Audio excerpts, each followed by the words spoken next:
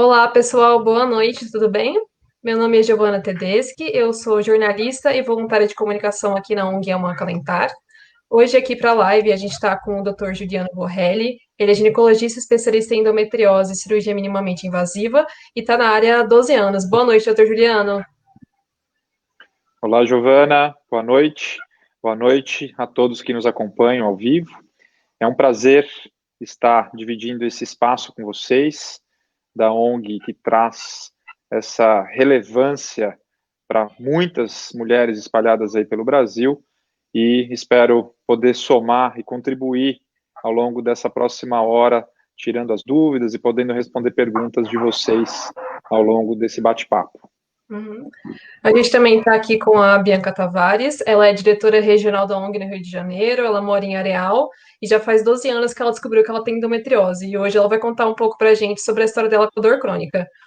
Boa noite, Bianca. Boa noite, Giovana, doutor Juliano.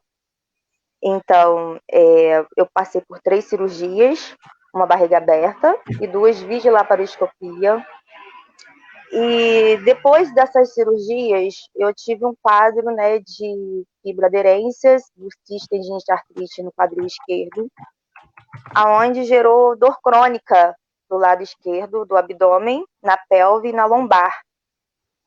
E hoje eu utilizo medicações muito fortes para controlar essas dores, né? Dia e noite com dor. Tem dias que ela está mais aguda, mais intensa. Quando ela está mais aguda, as medicações são controláveis. A dor intensa já não. Eu tenho que recorrer ao hospital.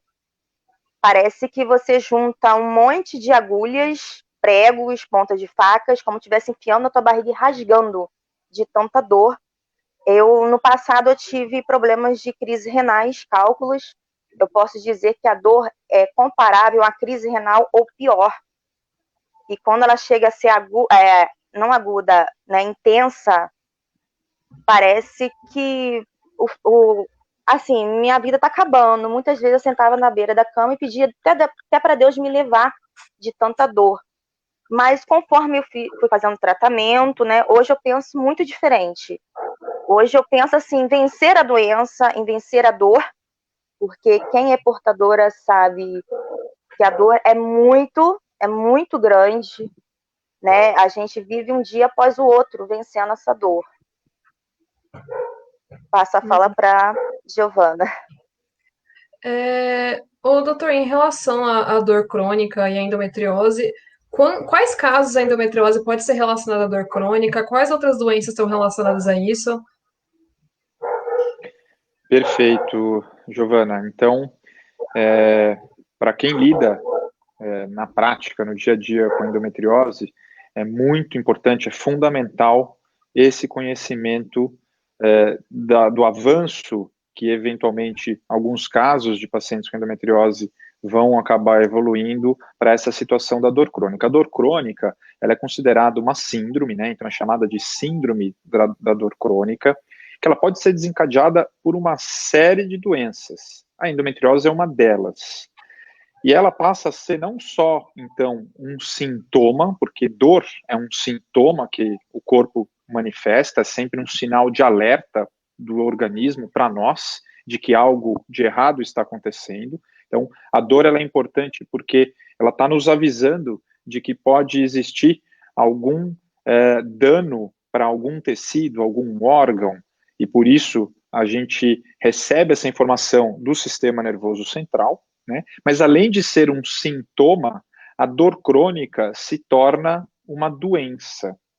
Então, por definição, a dor crônica ela acontece já num período superior a 6 meses, e aí a gente vai precisar investigar, no caso das mulheres, né? Então a dor pélvica crônica, que normalmente acomete a região inferior do abdômen, quais as possíveis causas? Como eu disse, a endometriose é uma dessas causas. Só que junto com a endometriose, é muito frequente a gente encontrar sinais ao exame físico, aos exames que a gente utiliza de investigação de outros componentes de outras doenças que podem somar esse efeito danoso ao organismo, levando à dor crônica. Então, pacientes que demoraram muitos anos para o diagnóstico, esse é o primeiro exemplo mais clássico. Pacientes que sofrem com dor desde muito cedo, mas, e esse é um dos problemas que a gente tem em relação à endometriose no mundo inteiro, o tempo para o diagnóstico. Então, a média atual é de 8 a 10 anos para uma mulher, desde o seu primeiro sintoma até receber o diagnóstico. Média, tem mulheres que vão levar mais do que 10 anos. E esse período, com dores constantes, acaba acionando tanto o nosso sistema nervoso central para dar essa resposta da dor, que isso vai levar a uma situação que a gente chama de sensibilização do sistema nervoso central. Então, as áreas onde tem endometriose, ela pode estar cometendo o intestino, ligamentos do útero, a bexiga, a parede da vagina, onde ela estiver, ela vai estar trazendo processo inflamatório e dor. E ela vai constantemente levar transmissões por meio de uma série de feixes nervosos, passa pela nossa medula e chega no sistema nervoso central. Com o tempo, o sistema nervoso central ele fica tão excitado de receber essas informações e nada acontece para interromper, que chega um momento que, por mais que a gente tire essas lesões com a cirurgia, depois de um diagnóstico tardio, determinadas pacientes vão estar com essa sensibilização do sistema nervoso central, que vai trazer o que a gente chama de memória da dor. É como se aquele estímulo ainda estivesse lá, apesar de não estar mais. Então, existem maneiras da gente identificar, examinando as pacientes, aquelas que já têm, antes mesmo de operar, sinais da sensibilização central. Então, esse é um dos mecanismos que a endometriose acaba acarretando a dor pélvica crônica. Então, existem outros que ao longo da live eu vou abordando, mas esse é um primeiro mecanismo muito importante, que é uma realidade de muitas pacientes que levaram muito tempo para ter o diagnóstico e aí poder ter um tratamento adequado para a endometriose. Uhum. Ô, doutor, então a dor crônica é diretamente relacionada a sintomas psicológicos, né? Aí, isso tem muitos estudos já mostrando essa correlação. Ninguém gosta, ninguém suporta ficar com dor. Tanto que, se a gente tem uma dor de cabeça, a gente logo quer tomar um analgésico para tirar essa dor de cabeça. Qualquer dor traz um desconforto. E aí, pense nessa situação que algo dentro do abdômen, que a gente não consegue muitas vezes localizar com precisão, às vezes sim, às vezes não, mas algo está lá dentro com uma sensação de facada, de queimação, de repuxo, mas constantemente manifestando essa dor, e você toma remédio e eventualmente alivia e logo depois passa o efeito e essa dor volta, às vezes com uma intensidade maior. Então, essa manutenção desse desconforto acaba afetando o dia a dia de qualquer indivíduo. E isso vai, obviamente, trazer problemas psicológicos e emocionais muito importantes. E, claro, isso vai poder variar em escalas diferentes, de acordo com que cada indivíduo, com que cada mulher, no caso aí da endometriose, da dor pélvica crônica, tem de limiar de dor. A gente sabe que o limiar de dor pode variar de indivíduo para indivíduo. Mas, independente disso, o fato de ter dores quase que diárias, quando não diariamente, vai acarretar em alterações psicológicas, sem dúvida, que merecem, e hoje está mais do que claro, a importância da gente incluir profissionais dessa área no acompanhamento em conjunto dessas pacientes, porque tem um papel muito importante. Hoje nós temos aqui no Hospital das Clínicas, no HC, que é um dos lugares onde eu trabalho aqui em São Paulo, psicólogas fazendo trabalho de pesquisa dentro do ambulatório de endometriose, para pacientes que já tomam remédios, já estão com todas as medicações, mas ainda tem dor. E aí a intervenção da psicóloga é justamente a psicoterapia, com sessões semanais, mostrando que no longo prazo isso ajuda muito, porque a paciente passa a entender muitas coisas, que vai de encontro ao que a Bianca estava mencionando no início da fala dela. Então, é muito importante e tem total correlação. Uhum. Ô, Bianca, em relação a isso, você começou a sentir a dor e aí você demorou para buscar um atendimento? Como que foi essa experiência para você? Desde a adolescência, sempre tive muita dor, mas a dor era controlável, né, com medicamentos. Começou a piorar depois da primeira cirurgia. Eu via que um medicamento, né, um outro, não fazia efeito. Por fim, eu fui tomando dosagens mais altas, e nada, né? Eu demorei muito a encontrar um especialista em endometriose, né? Eu descobri, já tem 12 anos atrás, eu comecei a fazer tratamento foi em 2017, já foi bem tardio, né? E a primeira cirurgia foi em 2009, a segunda em 2012 e a terceira foi agora em 2018. Foi a última cirurgia que eu fiz. Depois da última, quase que medicação não faz efeito. Eu tenho que estar muito sedada e para poder fazer esse controle, mas quando ela chega a ser intensa, é muito ruim, porque você toma uma coisa aqui e outra lá, não faz efeito. Eu, inclusive, fiz a fisioterapia pélvica, né? Deu uma boa aliviada, mas ainda continua essas dores constantes. Para mim trabalhar, quando eu levanto da cama, assim, eu olho, eu mentalizo muito em Deus. Eu falo assim, Senhor, que meu dia seja sem dor, que eu consiga fazer as coisas, porque me atrapalha muito. Para trabalhar, para estudar, você não consegue raciocinar. Inclusive, mesmo no trabalho, era para lançar um valor 14, eu lancei 145, porque a dor, ela vai para sua cabeça.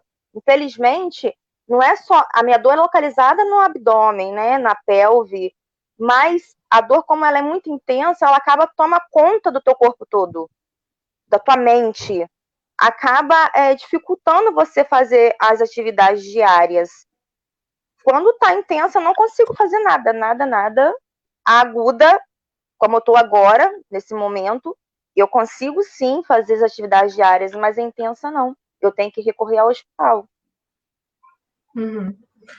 Ô, doutor, essa dificuldade que a Bianca relata em, por exemplo, tomar um medicamento e ter que ficar sedada para poder não sentir dor, tem alguma maneira de resolver isso, de tratar isso de forma que ela consiga fazer as atividades, mas não sinta dor e não fique sedada?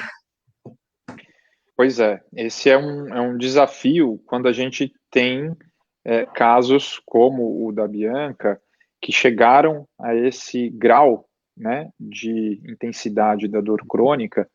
E aí é o primeiro passo mais importante para que a gente possa ter um direcionamento mais certeiro na hora de indicar o tratamento, é tentar estabelecer com precisão o diagnóstico que hoje, atualmente, considerando todos esses antecedentes cirúrgicos que ela já teve, né, foram 3 cirurgias, uma inclusive aberta, convencional, e 2 por laparoscopia, que é a técnica mais adequada para tratamento da endometriose. Mas considerando tudo isso, é importante entender o que hoje está causando essa dor crônica nos pacientes, no caso da Bianca. E aí a gente pode ter desde sequelas relacionadas aos procedimentos cirúrgicos, essa é uma possibilidade, mas a gente pode ter sequelas não só relacionado à cirurgia em si, como a própria Bianca comentou, que apareceu, que ela tem fibroaderências, tecidos fibrosados, que são tecidos endurecidos, que deixam o tecido lá dentro mais retraído, e isso pode, eventualmente, estar trazendo estruturas de nervos que passam próximos a essas regiões, e aí a gente pode ter o desencadeamento de dores chamadas de dores neuropáticas, porque a gente está tendo um estímulo danoso diretamente no nervo. Esse tipo de dor vai ter um tipo específico de abordagem. A gente pode ter, em casos avançados assim, e é muito comum, nem precisa ser casos tão avançados assim, cada vez mais procurando, eu identifico hoje em dia em pacientes que chegam ainda antes de operar com o diagnóstico, uma outra situação é a dor miofacial, onde a musculatura e os tecidos que sustentam o músculo, que é o tecido chamado de tecido conectivo, principalmente da região do assoalho pélvico, eles estão comprometidos com contratilidade persistente. São músculos que não deveriam estar se contraindo, mas eles, por muitas vezes inflamação de longa data da endometriose e pela proximidade que eles estão, eles acabam sofrendo também esse processo inflamatório, e ali não precisa ter doença, normalmente não tem. A endometriose quase nunca chega nesses músculos, mas eles estão próximos. E aí, não só pela proximidade, muitas vezes por defesa do corpo, de escolher determinadas posições. Quando a gente tem dor, a gente escolhe algumas posições que ficam mais confortáveis, entre aspas. E isso pode estar trazendo compressão de determinadas musculaturas. No longo prazo, isso pode desencadear o que a gente chama de dor miofacial. Então, quando a gente tem sinais de dor miofacial, a gente vai ter um outro tipo de abordagem para o tratamento dessa dor crônica que a dor miofacial traz. Diferente da dor neuropática, se a gente tiver suspeita de que algum feixe, algum ramo, de algum nervo que está lá dentro da pelve pode estar sendo acometido, comprimido, ou por fibrose pós-cirurgia, ou às vezes até por lesão de endometriose. Fora a questão dos diagnósticos diferenciais, dos mais comuns, por exemplo, a síndrome da bexiga dolorosa. É um diagnóstico muito prevalente em mulheres com endometriose, mas que é difícil concluir esse diagnóstico, porque não existe um exame específico de imagem, por exemplo, que mostre lá numa ressonância que você tem essa situação. E também vai ter um tratamento específico. Então, quando a gente está na situação da dor crônica, como da Bianca, o mais importante, a gente primeiro precisa entender, será que ainda existe, como o histórico dela é de endometriose, é importante a gente entender que apesar dessas 3 cirurgias, a gente precisa ter um exame confiável de mapeamento para nos dizer se ainda tem sinais de endometriose que possam estar afetando no quadro da dor, ou se a endometriose não tem mais nenhum sinal pelos exames de imagem. Porque, eventualmente, pode-se até chegar à conclusão da necessidade, infelizmente, de uma nova, de uma 4ª abordagem. A gente tenta evitar ao máximo isso em casos que já passaram por algumas cirurgias, mas não está descartado na paciente que persiste com dor. Quando não tem mais sinais de endometriose, a gente tem que partir para essas outras situações que eu mencionei, então muito importantes: dor neuropática, dor miofacial, dor da síndrome da bexiga dolorosa, entre outras, síndrome do intestino irritável. São situações que corroboram para o quadro da manifestação da dor crônica. A medicação, que traz todos esses efeitos colaterais, ela tem algum papel importante, porque são medicações que vão tentar atuar nos neurotransmissores do sistema nervoso central para tentar minimizar, diminuir essa questão que eu comentei lá no início da sensibilização, da transmissão excessiva de sinais de estímulo doloroso. Por isso que é uma medicação que acaba trazendo efeitos colaterais importantes, porque ela age no sistema nervoso central. Só que não dá para a gente imaginar que todos os casos de dor crônica a gente vai tratar somente com essas medicações.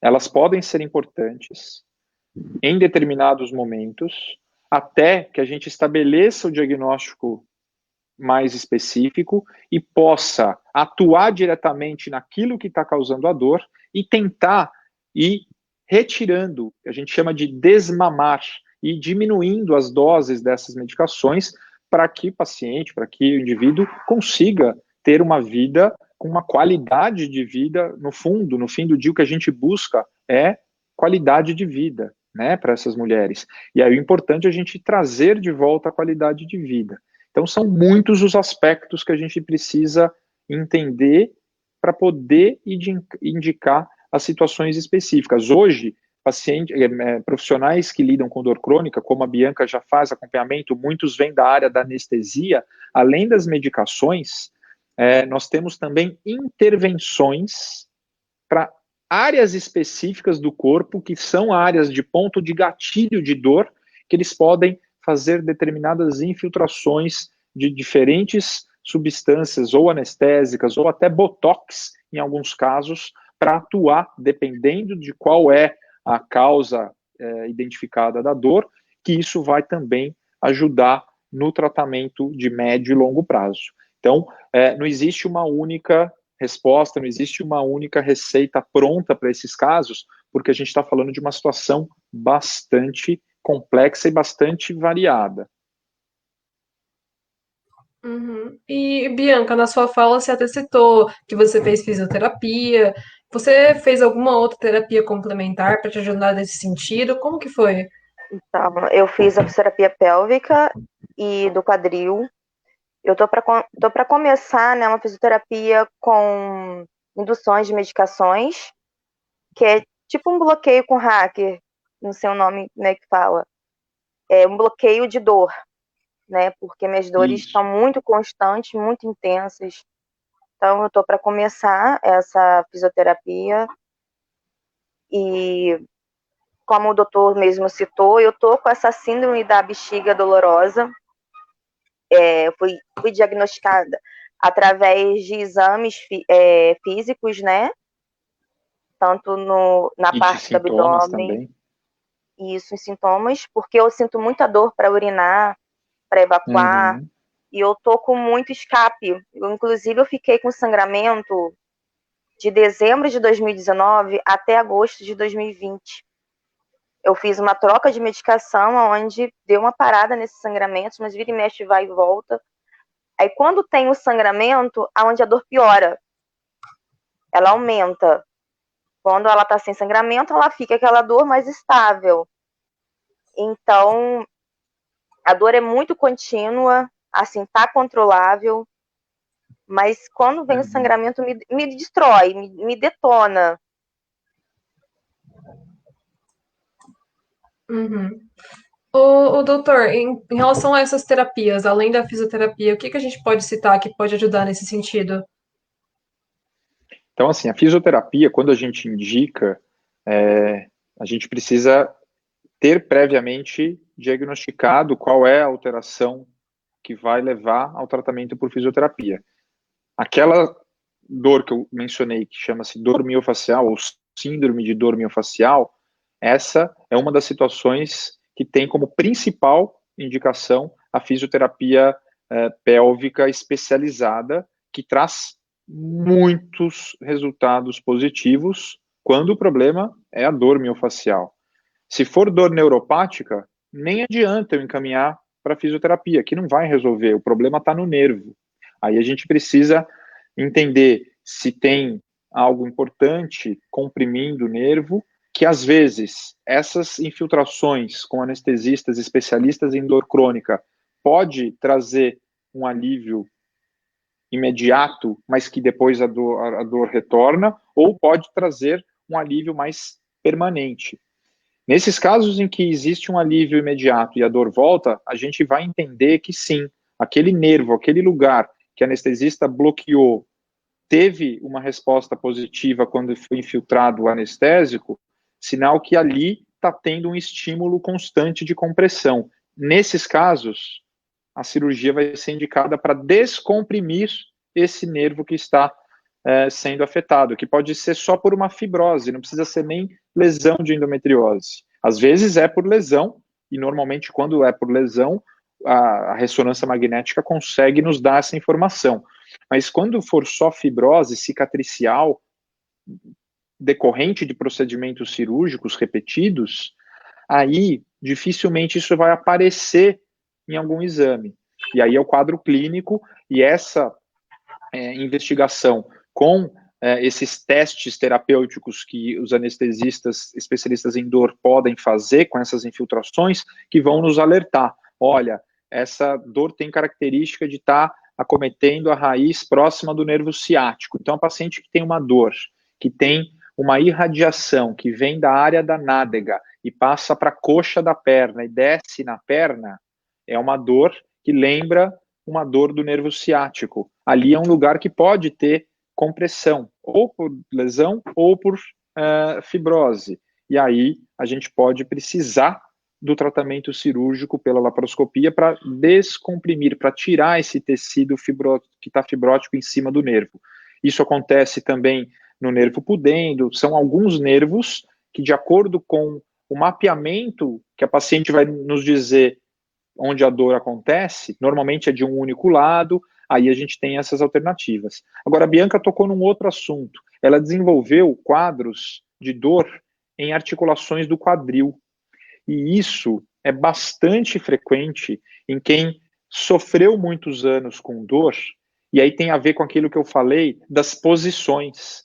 Então, provavelmente ao longo de muitos anos, a Bianca deve ter escolhido posições mais confortáveis para aliviar as crises de dor, e isso sobrecarregou determinadas articulações do quadril. Às vezes, alguns músculos que estão saindo do osso do quadril. E aí, é mais comum que só o lado esquerdo ou só o lado direito fique mais acometido.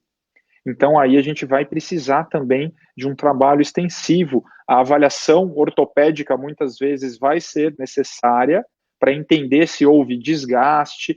E aí, de novo, tanto fisioterapia como uma outra área que eu vou citar agora, que ainda não mencionei, que é ainda muito nova, pelo menos no Brasil e fora do Brasil, na Europa principalmente, já é muito utilizada, que é a osteopatia. A osteopatia, aqui no Brasil, ela deriva da fisioterapia, mas o mecanismo de tratamento é diferente, é só manual, é só para tentar soltar áreas entre músculo e osso que estão retraídas, que estão sem mobilidade. Então o osteopata vai trabalhar com a palpação, identificando as áreas onde tem dor, que pode ter tecidos mais retraídos, e com as sessões de osteopatia, ele vai trabalhando essas regiões manualmente, sem nenhum tipo de dispositivo, para ir liberando essas estruturas. E isso a gente começou a utilizar aqui em São Paulo e tem dado já alguns sinais de que vai ter um resultado bastante positivo. De novo, não é algo que sozinho vai ajudar todas as pacientes, mas é algo a mais que para algumas pacientes vai trazer benefício. Em algumas conversas que a gente teve anteriormente, né, a Bianca citou que ela sofre um pouco de preconceito ainda por causa da dor. As pessoas não acreditam, né? Bianca, conta um pouco pra gente sobre isso. Sim, tenho preconceito bastante. Inclusive, dias atrás, uma pessoa virou para mim, eu estava muito dopada de medicação, com muita dor, vômitos. A pessoa virou para mim que eu finjo ter dor, que eu finjo em ter a endometriose, que eu finjo em tomar as medicações, que eu me faço de uma pobre coitada. Quem tem endometriose sabe que a dor é real, a doença ela é real. Eu posso fingir sim, mas eu finjo em ser forte, porque a mulher com endometriose, ela é forte, ela é guerreira, ela é vitoriosa. Porque todos os dias, quando eu levanto da minha cama às 5 horas para trabalhar, eu sempre mentalizo em Deus e peço para Deus achar uma solução para eu poder trabalhar sem dor. Porque é muito difícil.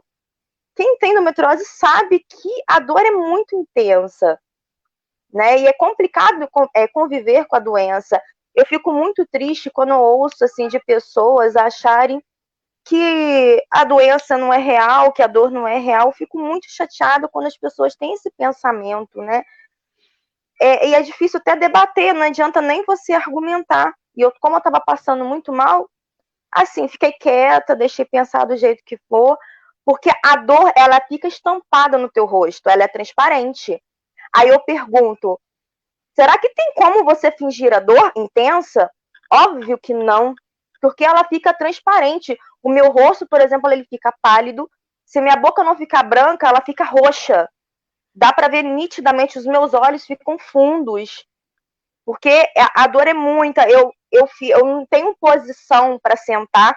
Às vezes eu tenho que ficar em pé, eu sento. Você fica assim, parece uma agulha te futucando o tempo todo. Você fica. A minha cabeça fica aérea. Tem como. E fora que o corpo, ele fica dormente, você não tem reação sobre o seu corpo. Porque a dor, além de ficar naquela dor localizada, ela pega a mente, o corpo inteiro. As minhas pernas ficam muito inchadas, né? Inclusive, eu tive que fazer uma reeducação alimentar, atividade física, para poder diminuir. Eu consegui ainda perder em 45 dias 18 quilos, porque eu estava retendo muito líquido. E hoje, assim, eu tenho uma qualidade de vida melhor, mesmo com a dor. Eu tento vivenciar com ela. Eu tento trabalhar com ela. No início foi muito difícil eu aceitar a doença e a dor. Eu não conseguia como conviver com a dor. Ou, assim, a gente aprende a conviver com a dor, né? Conforme vai passando o tempo, você tem que aprender a conviver com ela, porque eu preciso trabalhar, eu preciso estudar. Então eu aprendi como, assim, a dominar a minha dor. Tem hora que não tem como, realmente. Mas, assim, eu tento me focar em outras coisas, a trabalhar mais a minha mente, não ficar só em dor, em dor, em dor, porque senão vou ficar vegetando na cama. Como há uns anos atrás, eu não tive mais vontade de viver, eu entrei em quadro depressivo por conta dessas dores, porque entrou na minha mente, eu não estava sabendo lidar. Depois de muito tratamento, hoje eu consigo aceitar a doença, mas demorou o quê? 12 anos para me aceitar ela. Foi muito tempo, né? Uhum. E doutor Juliano, o que você acha disso? Bom, infelizmente a gente está cercado de preconceitos, né? Como todo preconceito, é lamentável que a gente tenha em relação a essa situação tão séria, a dúvida e o questionamento de que isso é real por parte de quem quer que seja. Então, do meu lado de especialista, de estar lidando com pacientes especificamente com endometriose, e muitas delas sim, com dor crônica já há bastante tempo, já ouvi todo tipo de história. Então, eventualmente, você se depara com alguém que nem te conhece direito e vai duvidar. Mas pior ainda é quando a gente tem pessoas próximas que convivem dentro da família e que têm esse mesmo pensamento. E, infelizmente, a gente ouve histórias de que isso acontece. Às vezes, em pacientes muito novas, né, atendendo adolescentes, eu já ouvi esses questionamentos das mães dessas meninas, que estão perdendo aula, perdendo prova, né, por conta da dor, e não estão sendo levadas a sério. Às vezes, em mulheres já mais adultas, a gente ouve esse questionamento do parceiro, que está ali, que deveria estar apoiando, né, e eu incentivo sempre que essas pacientes tragam seus parceiros junto na consulta para poder ouvir uma opinião especializada, para que eles possam entender e sejam mais uma ferramenta para ajudar suas parceiras que estão sofrendo com isso. E pior ainda do que isso, e isso infelizmente é verdade o que eu vou falar, é quando a gente ouve esse preconceito, que aí eu já vou chamar não só de preconceito, mas aí é ignorância por parte de médicos. Quando médicos passam a duvidar do que as pacientes estão referindo de dor, aí realmente a gente vê que o problema é muito mais embaixo, né? Porque os médicos é que são as ferramentas para que a gente consiga encurtar o caminho do diagnóstico e do tratamento. E eu tenho certeza que a maior parte das mulheres que já receberam o diagnóstico vão concordar que já passaram por essa situação de, ao longo de muitos anos, procurarem diferentes especialistas, diferentes áreas de especialidades médicas, consultas em pronto-socorro por conta das dores importantes e ouvirem, principalmente em situação de pronto-socorro, de que essa dor vem da cabeça, que essa dor não existe, porque fez um exame ali na hora no pronto-socorro e nada foi identificado. Claro, não era um exame especializado para identificar a endometriose. E é claro que no pronto-socorro esses exames não vão identificar, na maior parte das vezes, nada. Então, esse preconceito é real, ele existe. E a vantagem de hoje, comparado a 10 anos atrás, é justamente essas ferramentas que a gente tem hoje, que são as ferramentas da mídia social. Hoje, a gente consegue fazer com que essas informações atinjam não milhares, mas centenas de milhares ou milhões de pessoas, não só no Brasil, como fora do Brasil. E aí, a ideia é que com isso, disseminando essas informações reais, com qualidade, e que são muito importantes, a gente vai conseguir entrar na cabeça dessas pessoas e conscientizar familiares, maridos ou amigos que convivem com pacientes que passam por isso, a pensarem diferente. Olha, isso é real, isso existe, isso não é desculpa para não ir trabalhar. Quem quer ter desculpa todo dia para não ir trabalhar ou para não ir na escola se tem 15, 16 anos? Isso não existe, né? Então, é muito importante, e aí vem, de novo, a importância dessa ONG. Hoje eu faço parte também da diretoria da Sociedade Brasileira de Endometriose na atual gestão, que iniciou em 2020 e vai até 2023, são 4 anos. A gente tem incentivado muito, a gente modificou nosso site e tem trabalhado muito para atuar mediante o público leigo, para trazer essas informações com a linguagem para o público leigo, mas também a gente entende que a gente precisa conscientizar muitos médicos ainda que não têm ideia do que seja isso. Porque se os médicos continuarem falando que isso não é nada, essas pacientes vão continuar demorando mais até chegar num especialista. E quantas cidades, como a cidade onde vive a Bianca, não existe especialista? E não precisa ir longe. Aqui em São Paulo, que tem a grande São Paulo, 20 milhões de pessoas, na periferia não se encontra especialista. Então, mesmo dentro do grande centro, talvez do maior centro do país, que é a cidade de São Paulo, eu recebo todas as semanas, Bianca, histórias semelhantes de mulheres que estão peregrinando por aí, ouvindo exatamente as mesmas coisas.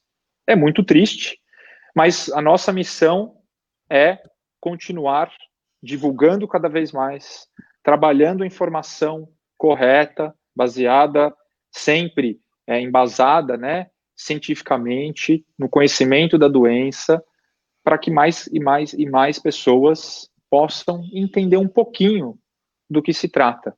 Porque isso é o começo da virada desse jogo. É o começo da gente conseguir encurtar o tempo do diagnóstico e o tempo do tratamento, e com isso evitar a progressão para uma dor crônica que se torna muito difícil de ser curada depois de tantos anos. Então, é um trabalho muito grande que, de novo, diariamente a gente se esforça para que essas informações atinjam cada vez mais gente, e não é para atingir só mulheres, a gente precisa que essas informações atinjam os homens, né, porque eles estão ao lado de muitas de vocês que estão aí nos assistindo e precisam entender, eles precisam ajudar, eles precisam participar disso, assim como os familiares próximos, né? Você falou de sintoma que veio desde a sua adolescência.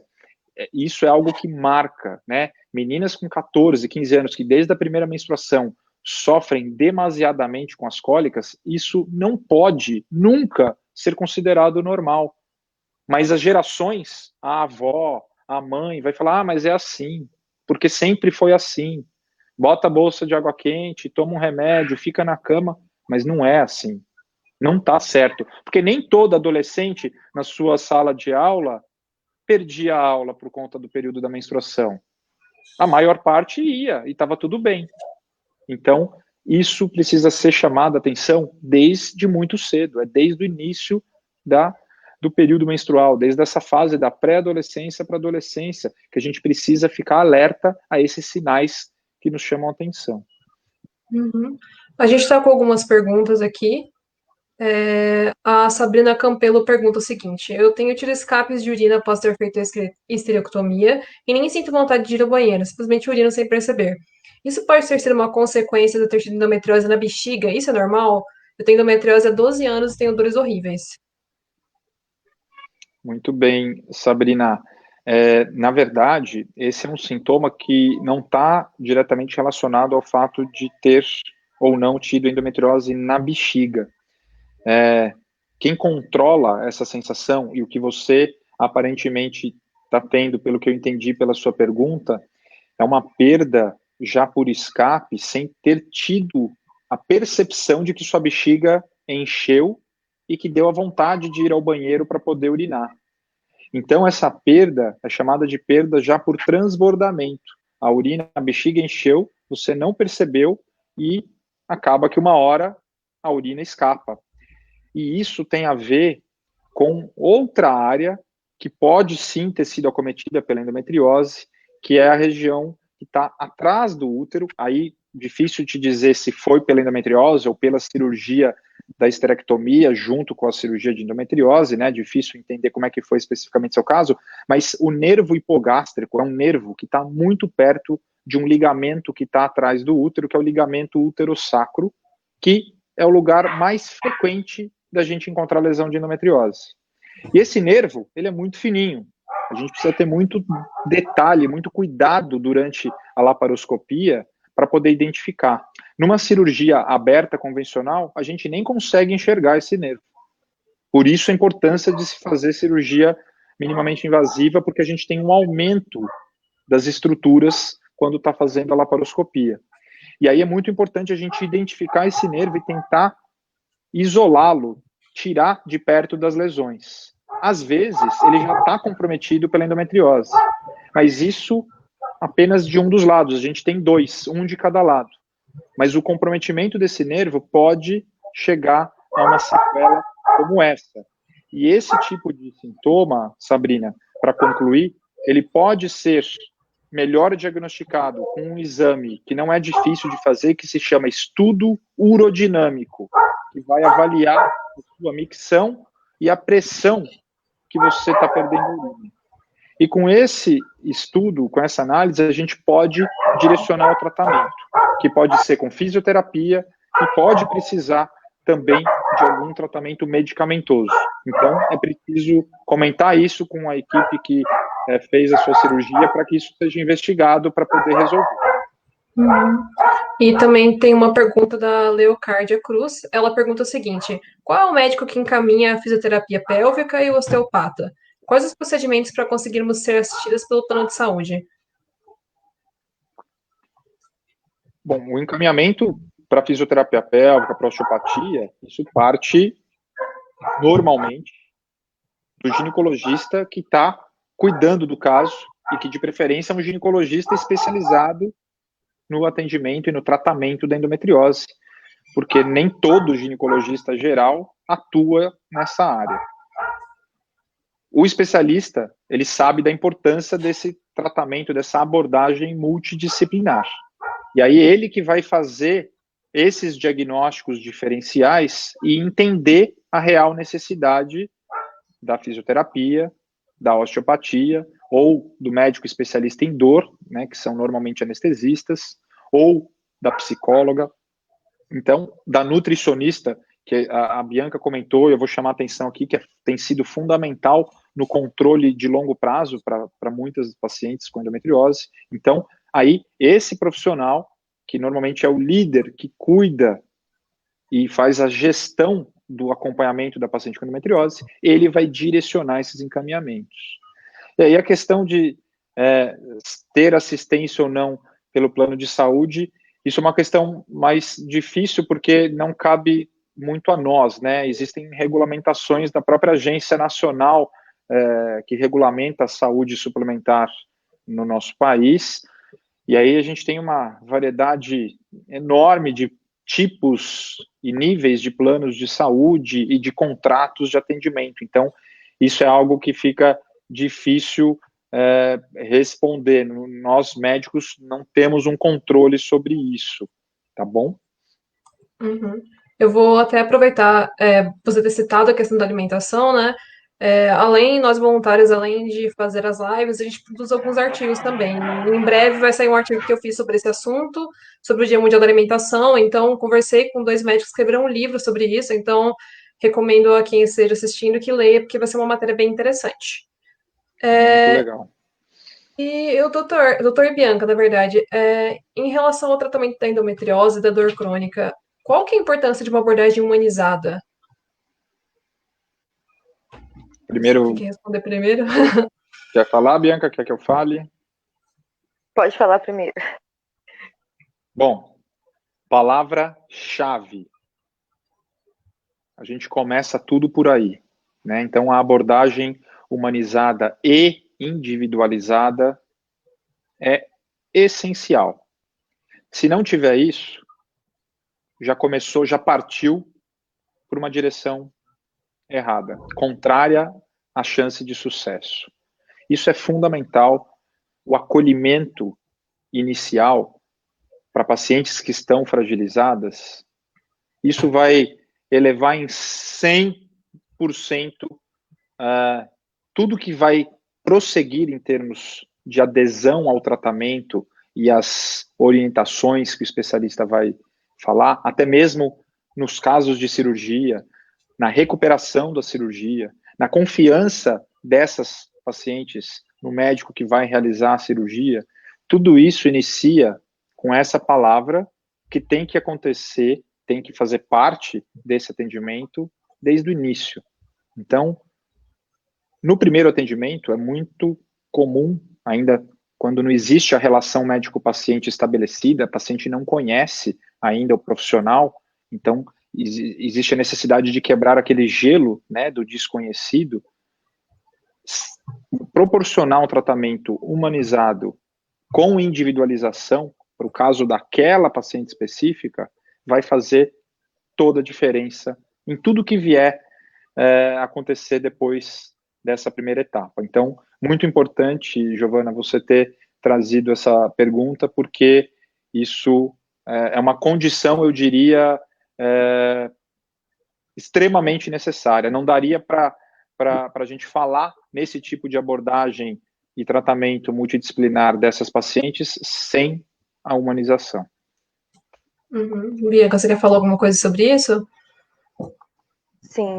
Então, assim, tempos para trás, até a endometriose, né, como ainda está em conhecimento, hoje, depois de 12 anos, eu tenho sim um tratamento, toda uma equipe, né, tanto a parte ginecológica, tanto a clínica da dor, tudo em união, né, porque se você não tiver o apoio do seu médico que está ali com você, como que você vai poder contar? Então, eu acho que é muito importante, né, ali o médico também, por mais que ele não sinta a sua dor, mas ele, pelo mesmo, sentir por você. Não só como médico, como outras pessoas. Sentir o que você está sentindo, ver o seu sofrimento. Né? Porque tem muitos médicos realmente que não acreditam. Por ele não sentir, ele não acredita que é aquela dor toda. Como eu citei para trás, como eu tive crise renal, a minha dor chega a ser igual ou pior com a crise de rins. Quem tem uma crise de rins sabe que não tem posição, que você vomita, te dá uma sensação horrível, que você não tem posição. A endometriose chega a ser até pior. Então, se você não tiver um apoio do médico que está te acompanhando, você vai ficar perdida, porque a única pessoa que você vai acreditar, confiar, vai ser no médico, porque é ele que vai te encaminhar qual o caminho certo aí, qual é o diagnóstico, aonde percorrer, qual a medicação certa, ele que vai dizer tudo que para você fazer. Então, acho que é muito importante o médico te acolher com todo o coração, com todo amor. Acho que o médico ele tem que gostar da profissão que ele faz, né? Porque não adianta você ser médico por ser médico se você não gostar. Não é só porque eu vou falar assim, eu sou especialista, vou cuidar da endometriose, não. Além dele ser especialista, ele tem que gostar pelo que ele faz, entendeu? Para poder acolher a paciente estar segura na mão dele. Aí é muito importante isso, né? Fundamental. Com certeza. Bom, pessoal, estamos chegando aos 50 minutos, chegando ao fim da nossa live nesse momento. Eu queria agradecer a participação de todos que comentaram.